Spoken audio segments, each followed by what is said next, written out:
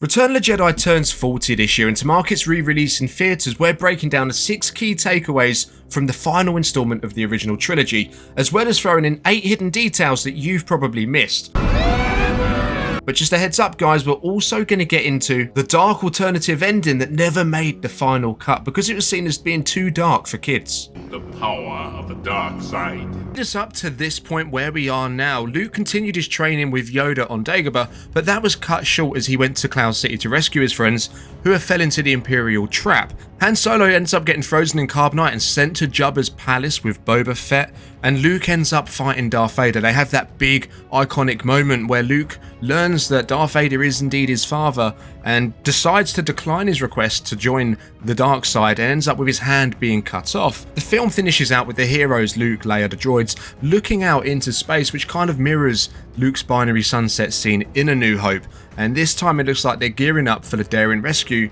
to rescue Han on Tatooine. And this is where we kick off today with the first green box, is Han Solo's rescue. To me, this is something that was organised prior to the film beginning, and we begin to see it where our heroes start to filter in and infiltrate Jabba's palace. First off, we start off with C-3PO and R2-D2, who enter Jabba's palace, and they're presented as a gift to Jabba for Luke Skywalker, kind of a goodwill gesture. And then Leia comes in dressed as a bounty hunter, trying to claim the bounty on Chewbacca, which is going at the moment. Jabba's already got Han, and he wants the full set.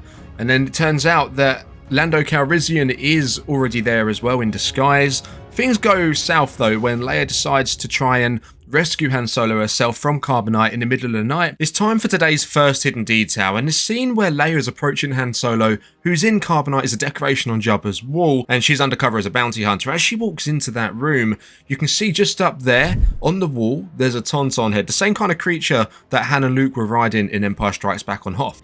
She thinks everyone's asleep, and she does succeed in that, and Han and Leia have that kind of moment, and this is like the first time in over a year that they've seen each other, but then they're eventually captured. That leads to Leia having that slave girl moment, which she looks absolutely repulsed by, and I really don't blame her as well. The next hidden detail comes when Leia is captured by Jabba, and if you look here, you can see that Jabba actually has a tattoo on his right wrist. Now, this isn't visible in all the scenes, but what this tattoo actually symbolises is the Hutt clan. Yes, there are more Jabbas out there, and yes, there's actually a planet full of them called now Hutta. And then Luke Skywalker walks in, and that's when the tide begins to change. Luke does try and bargain for his friends' lives, only to be dropped down into the Rancor pit. And once he defeats the Rancor, Jabba's absolutely furious at this stage. Luke is inside the Rancor pit, and he's thrown what seems like a rock initially towards the switch, which then hits the switch and it closes the trapdoor down on the Rancor, killing it. Well, it actually turns out, if you slow down the footage, it's actually a human skull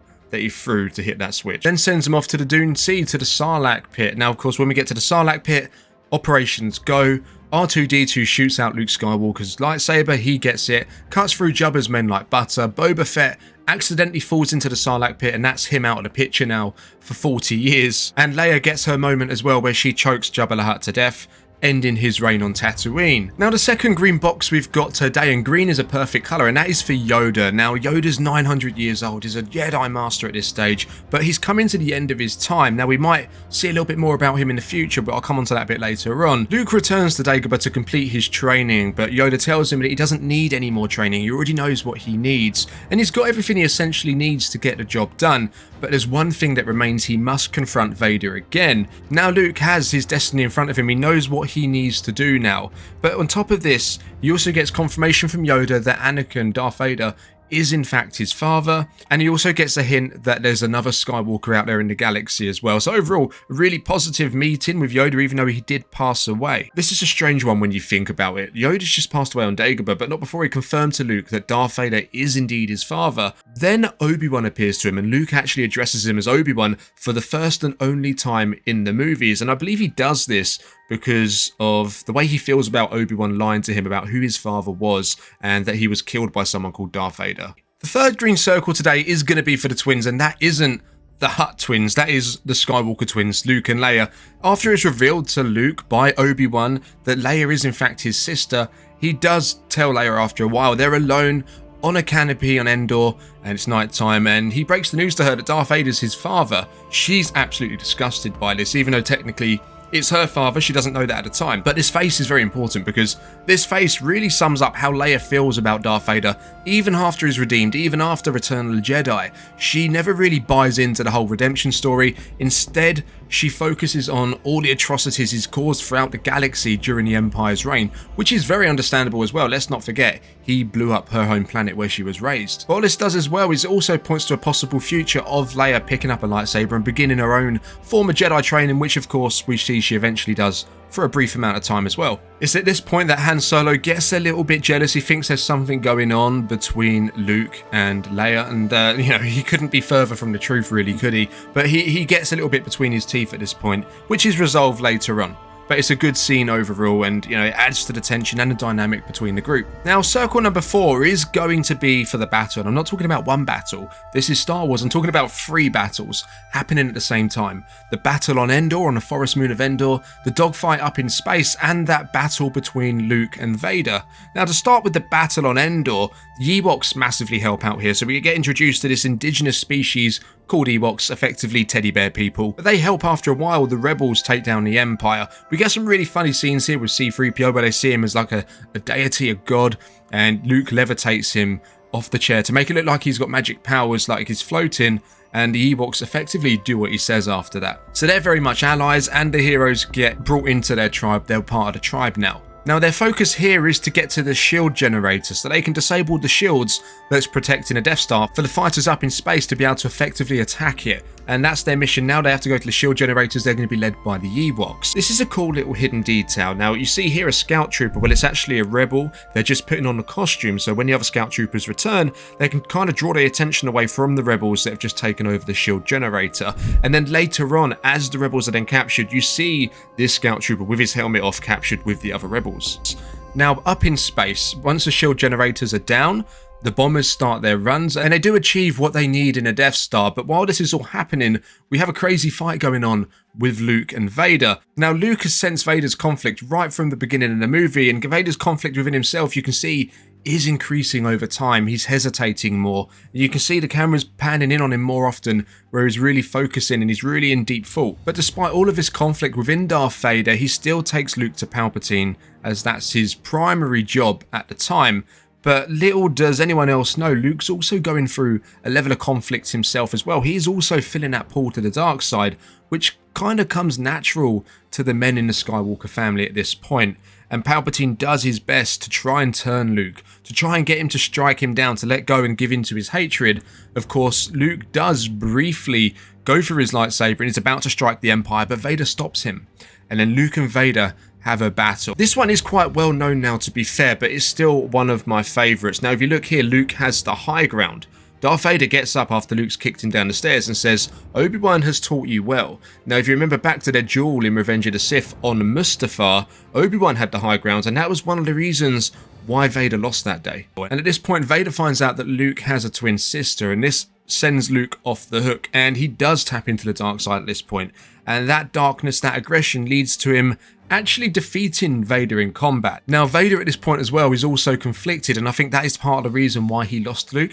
If Vader was fully focused on 100% dark side, there's no way, I don't think he would have lost. But he does nonetheless, and then Emperor Palpatine gives Luke one final last chance to join the dark side. Luke again does that fantastic moment where he says, "I'm a Jedi, like my father before me," throws his lightsaber away. And at this point, Palpatine's had enough. He shoots a bolt of Force lightning at Luke, and he carries on attacking him while Luke's on the floor dying. Vader stands up, which leads us directly into the next green circle, and that is Anakin. Anakin Skywalker returns, and hence the title of the movie, Return of the Jedi. Now, as Luke is getting zapped by Force lightning on the floor, Anakin, or Vader, takes a moment to assess the situation before Anakin finally breaks through the mask, which is Vader.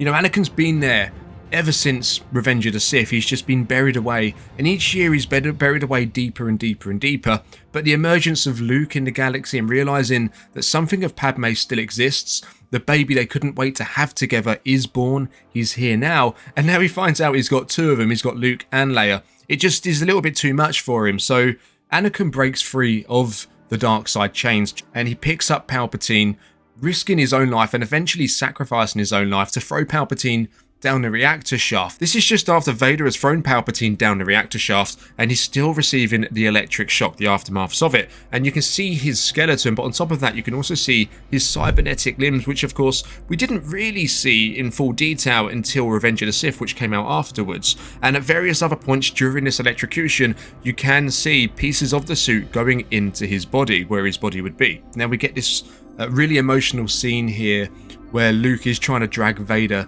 to his ship, but Vader knows he's not going to make it. Nothing can stop his destiny, his fate. He's going to die now. So he takes off his helmet, and we get, for the first time in canon anyway, Vader's face reveal. Now, in terms of when the films came out, that is, they've technically taken it off since then, but in the order the films were released, this is the first time we've seen Vader's face. They do share a nice father-son moment, and then Vader does want Luke to tell Leia that he was right. You know, there was always good in him, and Luke was right in feeling that. Now, the rebels successfully take down these shield generators. The Death Star is blown up, but not before everyone escapes. Now, moving on to the next green circle, the last green circle for the video, and that is going to be this celebration. This is like one of the most wholesome moments in all of Star Wars. The whole galaxy is celebrating, and we've also got more of this in the special edition that George Lucas released afterwards. Whether you want that or not, that's down for you to decide. Now, this is a little bit of a cheating one, because this one is actually just in the special edition. It's not in the original footage, which was released in the cinemas in 1983, but what it is a stormtrooper getting passed around the streets of Coruscant after the rebels' victory against the Empire. You can actually hear him screaming in the background. I guess he's just getting what he deserves at this point. But we also get the moment here where we see Darth Vader's funeral. We get all the celebrations on Endor, a big, fantastic celebration, and then we see Anakin, Yoda, and Obi-Wan's Force Ghost appears, which symbolizes to me that the Jedi have achieved what they needed to. They've brought back the balance to the Force. The Sith are no more. Now, my thoughts on Return of the Jedi, and then we'll get into that alternative dark ending that almost happened. But this is my favourite Star Wars movie of all time, which is strange to say, because someone who's usually born during the era of the prequels prefer the prequel trilogy, but for me, I really like the classic ones. I feel this installment really wraps up the original trilogy perfectly. Is it goofy? Yes, it is goofy. However, that is part of the charm of Star Wars. It isn't dead serious all the time. It can muck around a little. And George always said it was meant to be made for kids, so you have to respect that, and you can understand why some of these goofy parts are in there as well. Everything from the locations they use for filming, especially Redwood Forest, where they filmed Endor, the costumes they're wearing, the roles the characters have this time around, it's just phenomenal. I really enjoyed this movie. The overall vibe the movie gives is perfect Star Wars for me. Now, I did say I'd talk a little bit about this alternative ending, this darker ending to Return of the Jedi. Now, if you think back to that moment where Luke takes Vader's mask off and he says to him, "I want to look on you with my own eyes." And after that, after Vader dies, the alternative version that George writ was that Luke picks up Vader's helmet, he puts it on and says, "Now I am Darth Vader." What would have happened after Return of the Jedi if that was the actual ending? Would you have been that satisfied with the final film of the original trilogy? Maybe not. Maybe what we got is better, but that's what George originally had planned. Guys, if you enjoyed today's video, remember to subscribe to the channel if you're new, leave a like, and most importantly, these are only some of the hidden details I've included today. If you've got any more, drop them down in the comments below. Let's share them. I'll catch you in the next one. This is the way.